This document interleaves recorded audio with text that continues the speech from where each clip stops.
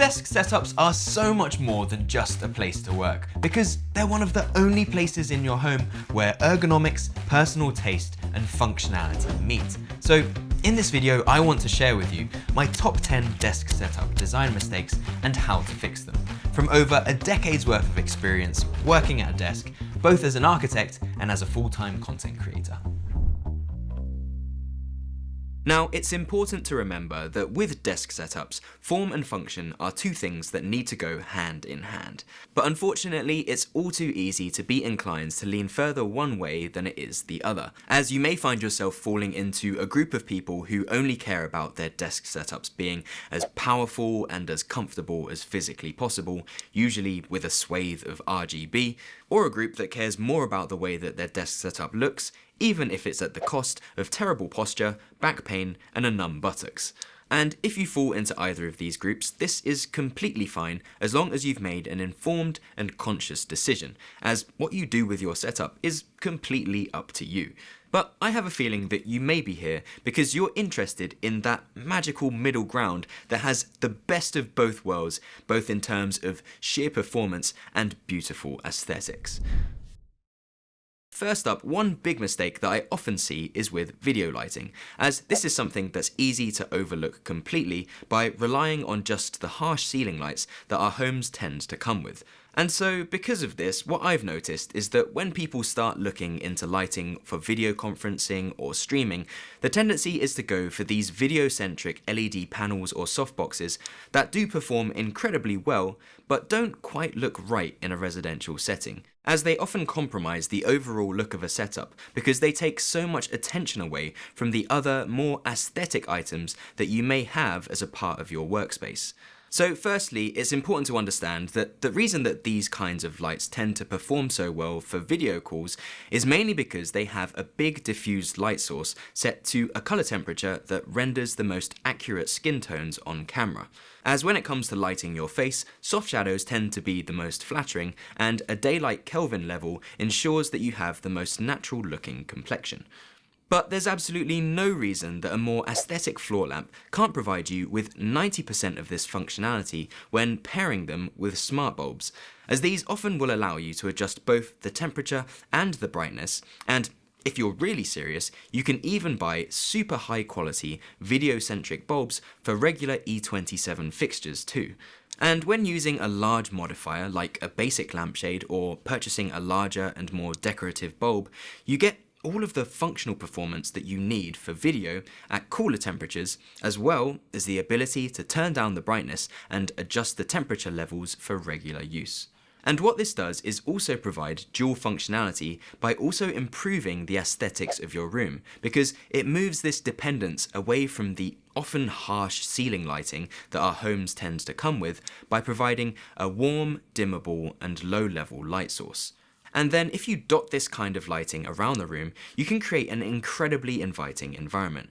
which allows you to control different modes depending on how you're using the room, which makes them especially effective if you work from an open or shared room like a bedroom, hallway, or living area.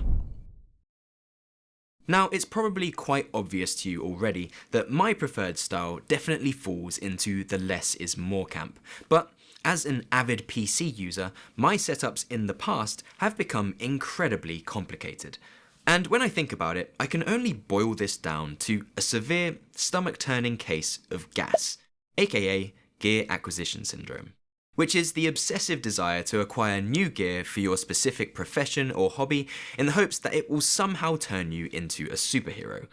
Now, to a certain extent, it's true that a man can only be as good as his tools. However, the harsh reality is that despite good tools making a skilled craftsman better, they do not make a poorly skilled craftsman good. And this tempting idea of spending money as a shortcut to becoming better often only comes in the way of actually doing the work, leaving you with all the bells and whistles but countless hours lost to research and setup, which tends to only serve as a distraction to actually making real progress. So because of this, I've personally come to the conclusion that when it comes to hardware and tools, desk setups should be as minimal as possible. And especially because I'm someone who obsessively stays up to date with tech and design, the more tools I have, the more options I have. And the more options I have, the more I tend to start daydreaming about tweaking my tools in order to make them better. However, when I limit myself to only the bare essentials, I find that I actually end up doing way more work. As really, it's kind of following this idea of CEOs wearing the same 3 to 4 wardrobe items every day, as it just means that there's so much less to think about. And additionally, from a purely aesthetic standpoint, hardware often only diverts attention away from the more aesthetic parts of your room, especially when it comes to things like multiple cables and interfaces going into different pieces of equipment. So, by reducing these, you reduce their visual impact on your space. And yes, this principle even applies to you if the main thing you want to stand out is all of the hard work that you've put into your multicolored pulsating desktop PC.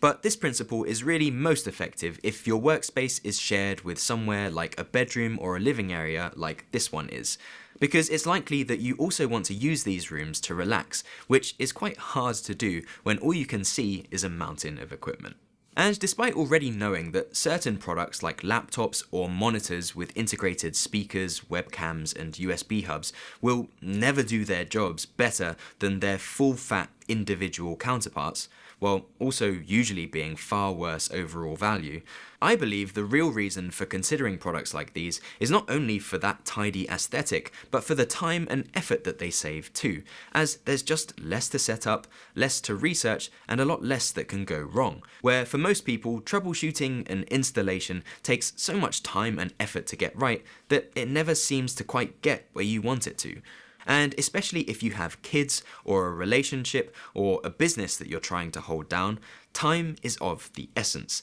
So having the fewest amount of tools possible that both look great and perform well out of the box becomes invaluable.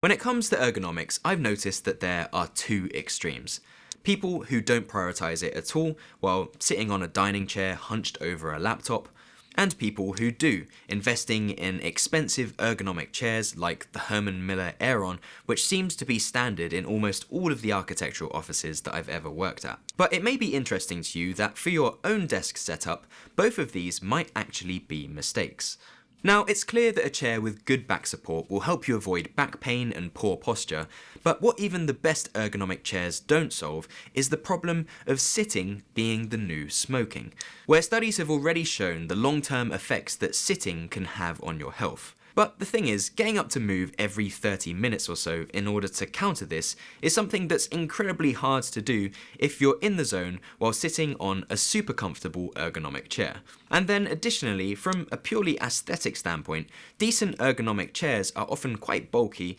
expensive, and commercial looking, which often tends to clash with home furniture like beds, rugs, and sofas.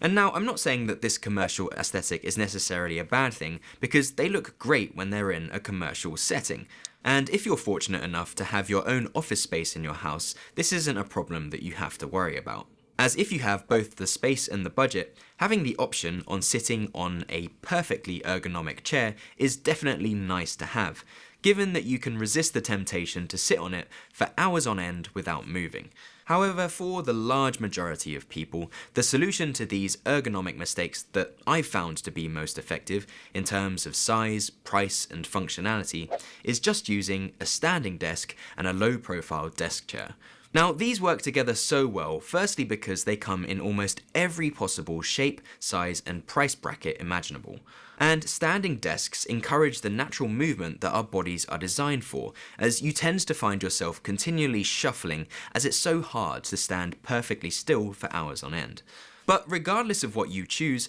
this still requires resisting the temptation to not sit for too long, so this unfortunately still doesn't remove user error. However, I personally find that by purchasing a chair that doesn't prioritize being 100% comfortable, but prioritizes being compact, lightweight, and easy to slide away, this reduces the temptation to sit while also reducing any friction involved that may be in the way of you wanting to stand too, while still being more supportive and comfortable than a dining chair, while also being less bulky and better looking than an ergonomic chair. although you're completely free to disagree. And to make sure that I do stand as much as physically possible, by having something soft underfoot, this reduces fatigue, and then by using drawers at either end, this is a great way to disguise the more unsightly mechanisms that standing desks tend to have. But ultimately, ergonomics are highly personal, and as everyone has different lifestyles and priorities, take everything I say with a pinch of salt, as what works for me might not work for you. And of course, because I know some of you are going to ask, I'll leave links to my favourite products down in the video description. Another big mistake with desk setups is not allocating enough space or budget for storage furniture, simply because I know it's so easy to get caught up dreaming about the more exciting things while subconsciously draining your budget and filling up your room. Now, depending on your work, it's quite likely that you'll have things like hard drives, paperwork, scanners, or camera gear that you all need to find homes for. And because these kinds of things aren't usually that pretty to look at, by allocating a portion of your budget or an area of your room to a nice closed-door furniture solution, this is a great way to stop these items collecting dust and cluttering your surfaces. Now, I talked a lot about this idea in my last home organisation video, so definitely go and check that out if this is something that you're struggling with. But really, for the most part, the main idea is to subdivide and categorise items into separate stacking bins or containers so that they're a lot easier to find, while you simultaneously conceal and prioritise the most frequently used items in your workspace in the areas that are the most accessible, which makes it so much easier to keep things tidy. And for the most part, a tidy, more budget room is still going to look far better than a messy but expensive one. So for this reason, investing in furniture that makes staying tidy easy is possibly one of the best things you can do, both for your productivity and the aesthetic of your space, where investing in something like a good set of drawers can be incredibly worthwhile, as they make the back of this unit more accessible and visible because you can pull the drawers outwards, which importantly also makes putting things away a whole lot easier and more enjoyable too. Another mistake is unintentionally creating a cold or uninviting work environment, which is usually down to 4 things: colour, lighting, texture, and acoustics. Now, colour is the first and most obvious thing to point out, as it's really easy to just separate colours into warm ones and cold ones. And the main reason that white and grey monochrome spaces tend to feel cold is because they typically take on the cooler hues of daylight, where this absence of colour can also lead to an absence in character too, making the space feel quite empty, sterile, and uninviting. However, in case you didn't notice this setup behind me, it's almost completely monochrome, because over the years, I've simply found that I feel more energised in brighter environments, where my workstation becomes the only thing with any colour or character for me to focus on, in order for there to be nothing else competing for my attention. However, you can still have a bright and minimal setup without it feeling cold and uninviting, as monochrome setups tend to take on the colour temperature of the light that you put them in, where temperature controlled lamps and varied low level lighting can make a huge difference. Additionally, by then adding texture through things like furniture, plants, rugs, and curtains, these will then soften a space in order to make it feel warmer, and also serve a dual purpose in absorbing acoustic reverberations, which has a huge impact on our subconscious as to how empty or hollow a room can feel, which isn't always clear when looking at an image or a video through a screen. And then by adding some character through personal touches, this can break up any emptiness in between, which makes for a great and low commitment way to introduce colour and texture if these 2 things intimidate you. Another mistake is to neglect our own personal well-being when at our desk setups, where I find that the well-building standard that's typically used in commercial office projects is particularly useful to me, with so many points that are applicable to our homes too. Particularly in the area of daylight in regards to our well-being, studies have shown that an increased exposure aligns our biological rhythms to the time of day, which enhances mood, alertness, metabolism, and overall health, and making it more likely that you'll sleep on average 46 minutes longer each night. And when considering how much better I feel after a good night's sleep, this seems like an absolute cheat code. And this is why I always think it's wise to place your workstation near to a window, unless for some reason sitting by a window is particularly distracting or uncomfortable for you. And when I think about it, this is really the reason why I tend to be so inclined to live and work in modern apartment buildings, as the windows just tend to be so much bigger than those in larger and older properties. But irrespective of whether you live in an apartment or not, the size and orientation of the windows and rooms in your home may be wise factors to consider when choosing where to place your setup. And then on top of this, other than the daylight that we take in through our eyes, the next things would be the air that we breathe and the water that we drink, where keeping a space for a full water bottle or a water dispenser at your desk is a great idea to ensure that you stay hydrated, because this increases cognitive performance. And then by using an air purifier, this significantly reduces the amount of dust and other particles in your room, like pollution and pollen, which I've found to be a must if you're prone to allergies or if you're a sufferer of hay fever like I am. And then finally, indoor plants can be another great addition if you live in a drier climate, as they can also add moisture and oxygen to the air too, while also providing a ton of character and supposedly reducing stress, which to me sounds like a win-win. That's if you're diligent enough to keep them alive.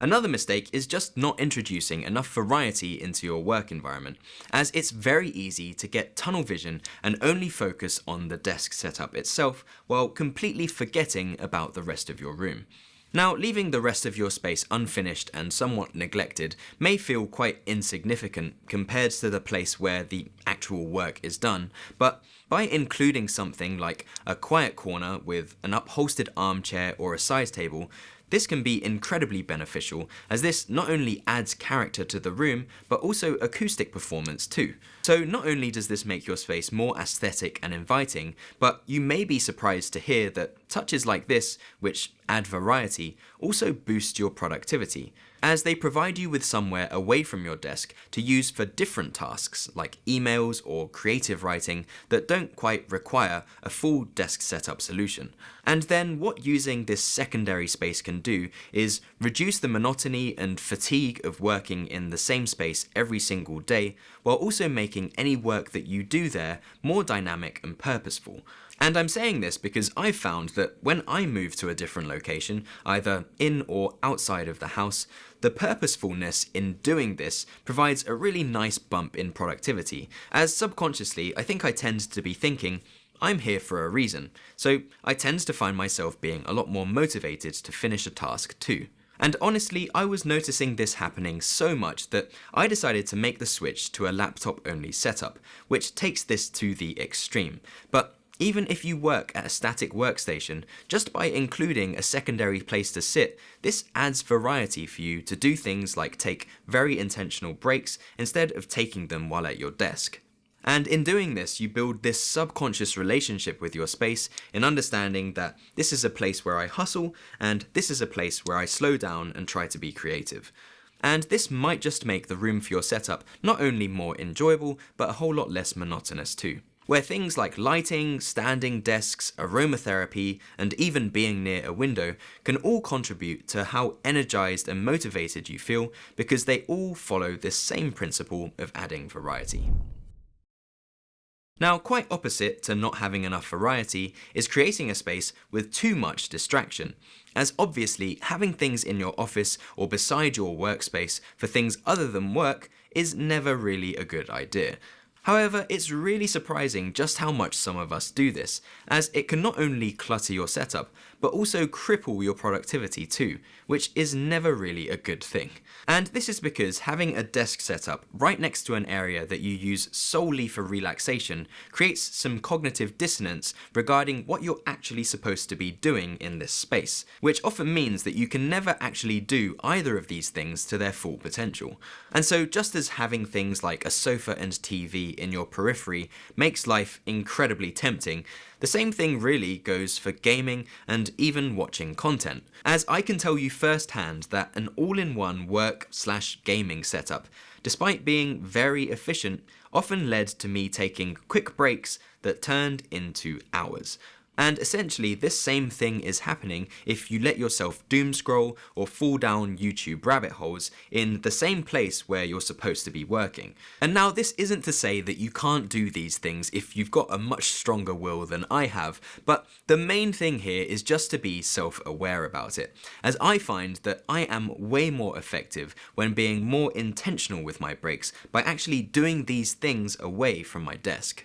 And so your weakness may not be gaming, but instead napping or chatting to housemates or staring out of a window. In which case it makes sense to apply this logic and perhaps not put your setup in a bedroom or in the same room as your housemate's setup, or even next to a window, where it might become beneficial to look for alternative solutions and curate your workspace in a way that reduces the distractions that you know you are personally prone to falling into. Another big mistake is not taking care of cable management, as if your setup has a lot of wires going into different places, these can completely destroy the look of even the nicest of setups. However, if this is you, I can relate because doing cable management is the worst. But thankfully, I've found that there are a whole lot of solutions out there for those of us who hate it, which makes life a whole lot easier. One of these solutions are simply to use cable nets and trays that, instead of individually clipping wires and squeezing them into cable raceways, they allow you to simply screw them into the underside of your desk and throw wires in there as you please. And in order to reduce the amount of power cables that you need to run to your desk, buying surge protectors with integrated mounting points allow you to plug everything underneath too, which tends to be a must for standing desks. And then when it comes to things like Ethernet connectivity, cable sleeves are another great way to group smaller amounts of cables together in order to reduce their appearance, while also modifying their color so that they blend in against your walls. And then when it comes to what's on top of your desk, for things like charging, wireless chargers with multiple charging points do a great job of making things neater and more convenient. But because sometimes you just can't help needing a few loose cables lying around for things like file transfers, magnetic clips can be a fantastic option, as you can neatly snap them to the back of your desk surface and retrieve them whenever you need to. And lastly, the final mistake that I want to mention is simply just overcrowding your setup, as just like with furniture, it's essential to measure just how much space you actually have to fit it in.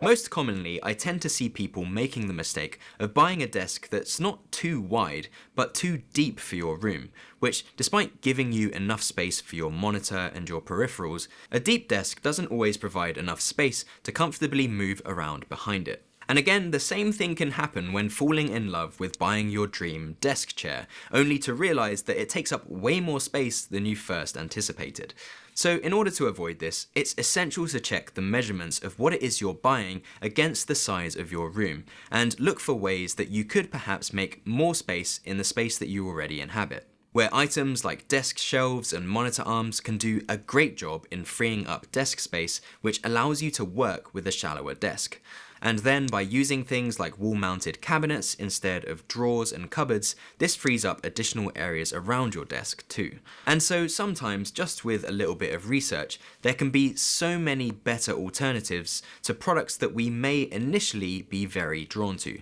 because these alternatives just use space far more efficiently. But speaking of which, I've found some of the best items for your home office to be from the sponsor of today's video, UGREEN, who, in celebration of the holidays, recently sent me products from their brand new Uno series, where their charging stand makes for a super compact way to simultaneously charge your phone and earbuds with its own USB-C outlet, where you can choose to add a compact USB-C charger for your specific brand of smartwatch too. And then when you're on the go, their 10,000 mAh power bank can provide over a full charge wirelessly to an iPhone 16, as well as stable USB-C charging to any of your other devices, while weighing only just over 300 grams. But what's so different about the Uno series is that they feature playful TFT screens that display the real-time charging status of your devices through emojis with fun expressions, in order to add some warmth and charm to your desk setup, which makes them a great gift for friends and families with a heartwarming design language that reflects UGREEN's commitment to delivering user-centric premium products. So be sure to check the UGREEN Uno series out using the links down in the video description and sign up before January 5th for a chance to take part in their Christmas giveaway and be one of 300 people to win up to $750 in prizes. And finally, thank you so much if you made it all the way to the end of the video, and if you enjoyed it, don't forget to subscribe and I will see you in the next one.